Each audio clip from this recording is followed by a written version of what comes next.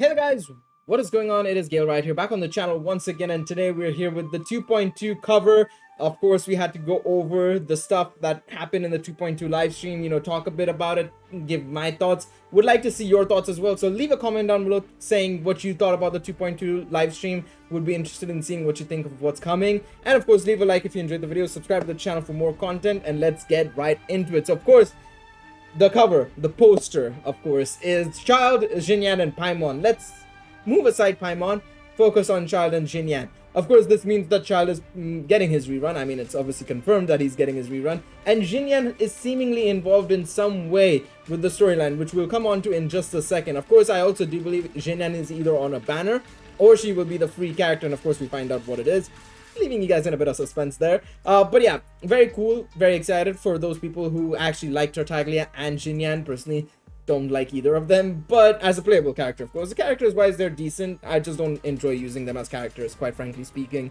And of course, like mentioned, Tartaglia is coming back as one of the 5-star banners along with Hu Tao, which is exciting news for me personally, because I can potentially try and either get C1 Hu Tao or Staff of Homa, which I'm probably going to get Staff of Homa primarily. And of course, Toma is coming on Hu Tao's banner, which is very cheeky of them because Toma would work better with Tartaglia as a character, on a team, because of his style. Like mentioned, if you haven't seen my video on Toma as well, you can go check it out again, where I cover some of the leaks that Toma has, and pretty much all of it translated it accurately over to the actual Toma release we got, because he has a shield. He has this fiery wave attack that goes on where he launches fiery waves, which would work well with Tartaglia, get that vaporize going right. And overall, really solid character. I'm very interested in Toma, honestly, because Toma seems to be very interesting in the sense of like how his shield is formed, the stacks he gets on his shield, the normal attacks buffing his shield, even the fiery collapse. It's going to be very interesting. I'm very curious to see how good he'll actually be in proper performance, because his cooldown for the collapses, or the fiery waves I should say, is internal cooldown, I guess you can call it. I suppose not really, but the cooldown for every fiery collapse that goes on, or the duration per fiery collapse, is like 3 seconds, 2 to 3 seconds, which is kind of interesting. Maybe a bit slow for some people, but will like again, for me, I think it's more about seeing it in proper performance before saying anything else. The next thing we have is the new weapons. Polar Star is the new 5-star weapon. It's going to be for Tartaglia, which is very interesting. Curious to see what exactly it does and everything. I'm going to avoid the spoilers. I'll be very honest. I'm not going to go into the weapons. I know what Wave Breaker's Fin does, and it looks very interesting. Seems very good for certain characters, including Toma. But there is new 4-star Leeway series Inazuma series weapons, going back to the previous region right now. But yeah, 4-star Inazuma weapons, which is great. I'm very much excited about them. Surprised there's no Claymore or Catalyst yet for the 4-stars, but maybe in the future when Yay comes out or something, right? Obviously, curious to see what Polar Star does. How good is it? Can any other bow user use it? Because that's always interesting to me to see like how good this a 5-star weapon can do in the hands of other characters as well. For example, Staff of Homa, fantastic on various characters, including Hu Tao and Zhongli. And it's the same thing with even Deathmatch, which is a BP weapon, right? Such a good 4-star Battle Pass weapon that is used on various characters. Various characters would prefer using Deathmatch, if you don't have the 5-star best in slot, right? The next thing they did announce was, of course, the Hangout events, which is exciting to say the least. Big ups to them for bringing it back, because I feel like I was a bit scared that they weren't bringing it back since 1.5 was the last time we got an update to it. So getting it back for Series 3 is going to be exciting with Sayu and Toma. Only 2, but still 2 good ones, I think, personally. I think Sayu, I really want to learn more about her, and I think the Hangouts event will be a great way to do it. And same with Toma as well, I think Hangout events needs to happen more often, especially with 4-star characters, because we don't get character quests for 4-star characters, at all. Sometimes we get obviously the events that, feature 4-star characters, but I feel like having stuff like this would help out much more, as well, because you're giving much more of a variety to players, and of course it's multiple choice and so on and so forth, multiple endings, I should say, more so. So I would love it. And hey, good start that they're bringing it back. I'm very excited to see more in the future for sure. The next thing we have is the new Island Tsurumi.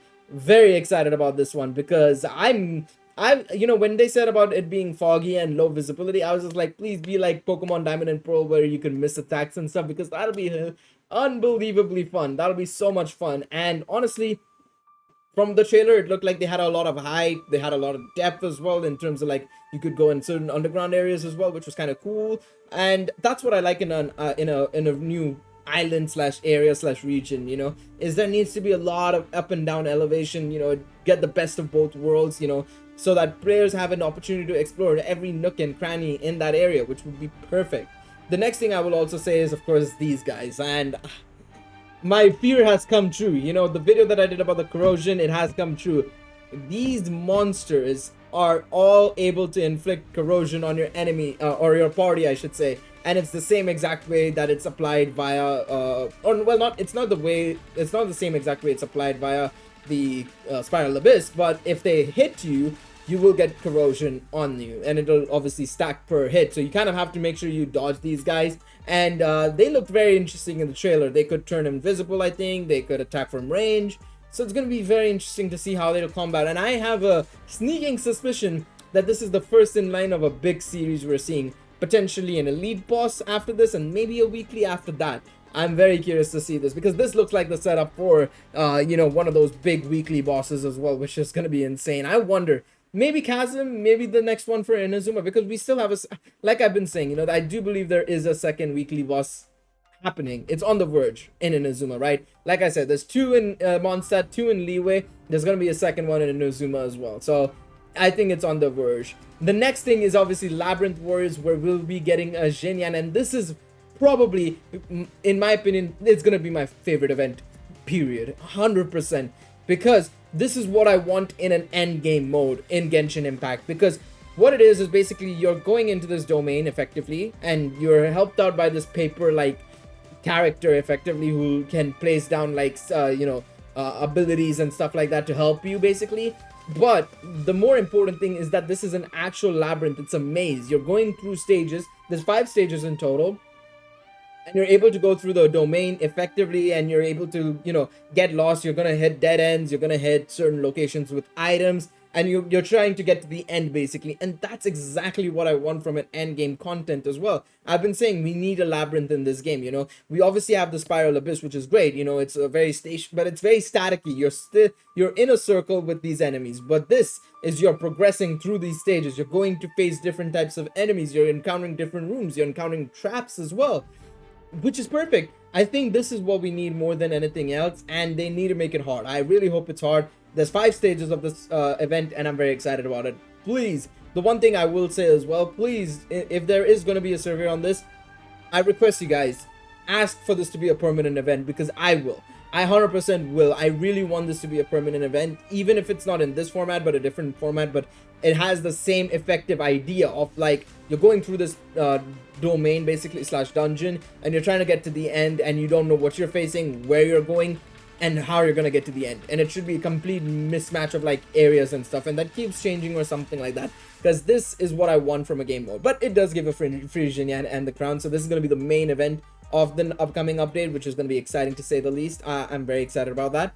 The next thing is, of course, an Osu event that is coming to Genshin Impact, which which has already come before. A rhythm game has already come before, but there are some changes, it seems like. Of course, it's not shown here. Zenian didn't manage to capture it, but now there's moments where you have to press and hold the key to be able to get the rhythm going, of course, or the combo going. And that's very similar to most rhythm games. Obviously, I think they're improving it and making it harder and harder, and I'm waiting for the day where it becomes full-blown Osu as well, which is exciting.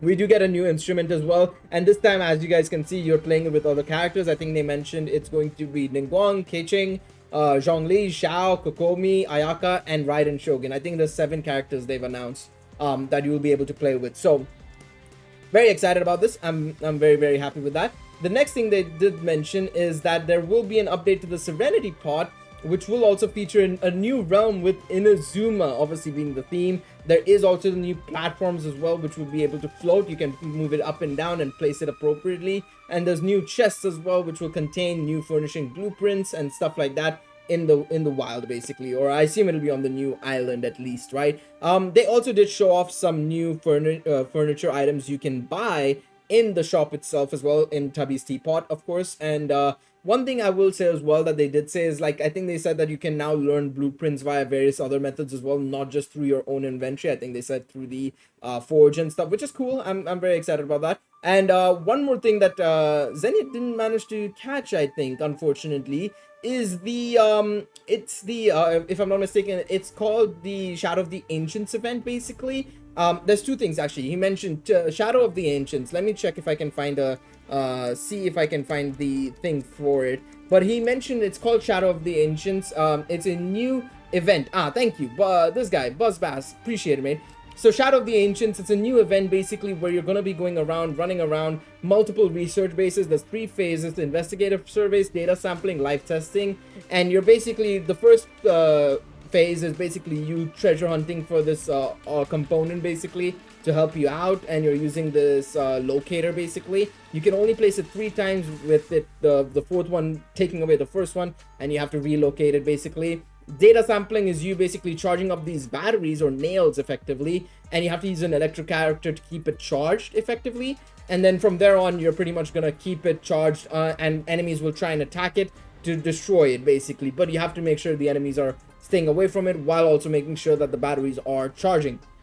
The final phase is a combination of everything basically, including a big ruin grader basically, who cannot die, by the way. If you defeat it, he will regenerate himself and come back to life. So what you have to try and do to stop him from damaging the nails in the live testing phase is basically you have to hit its head or its weak points. Well, its head is a weak point, but you have to hit its head or its legs at its weak points and stop it from attacking basically, and that'll help you out from, you know, stopping it at destroying one of the nails, right? Which is what you don't want. And of course, there's challenges that give you primo gems and stuff, which is cool for sure. The final thing that they that was missed out on, I'm sending missed out on a couple of things. Even I forgot about the next part that I have to mention, but this one is Dream of Bloom. Basically, it's every day you visit this florist in Inazuma. I don't know, they didn't show where she's placed, but she basically gives you these seeds effectively, and then you have to go to your serenity pot, plant it, obviously let it grow up, and then you get these plants basically, and then you send it to your friends, you receive it, and then you can place it in the overworld, which is in Inazuma, around the forge area. This looks like around the forge area, right? Yeah, I think this is around Inazuma City's forge area. The one thing they did say, however, is that the seeds will disappear after the event ends, so make sure you place everything appropriately. I think the overworld plants will remain, so make sure you're placing the plants you actually want to keep in the overworld, right? So that's the big thing. And then of course Ley Line Overflow is returning, which is great. Think it should have been during this week for the anniversary, but it's fine nonetheless. It's happened at the end of the day. And finally, the biggest thing, and for me personally, artifact space. Let's go. 1500 artifact space now instead of 1000, which is great. Very excited about that. Razer is collabing with Genshin for some in-game goodies, by the way, if you want to pick up some stuff. A mouse, a mat, and the chair. I really like the mouse. The mouse is freaking fantastic, I must add. The chair is really good. The mat I can go without, to be honest. I can really go without the mat, to be honest. And outside of that, I think that was pretty much it. Of course, it seems like the pyro move, like his animations are sick, by the way. Toma's animations are fantastic. To be honest, overall, I'll give my thoughts on the live stream. I think it was alright. Like I said, I went in with zero expectations about them, saying anything regarding the anniversary issues and stuff like that players have been having. It's too soon since that happened.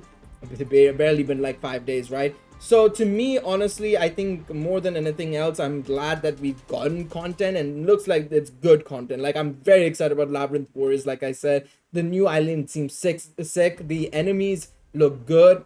Overall, I'm very, very happy with it. So yeah, let me know in the comment section down below, what do you guys think about this whole situation and the live stream as well. And overall, personally, like I said, I'm very, very much happy with what they've shown. Obviously, I would have liked something regarding the anniversary, but I understand why there wasn't. As I said, I'll give them some time and hope that they give us more information for the anniversary and the issues that have happened in another day, maybe in the coming weeks before the next update. But yeah, thank you guys so much for watching. Hopefully you guys enjoyed this video. Leave a like, subscribe to the channel. Like I said, comment down below your thoughts on the live stream, and I will see you guys in the next one. Take it easy, everybody. Bye bye.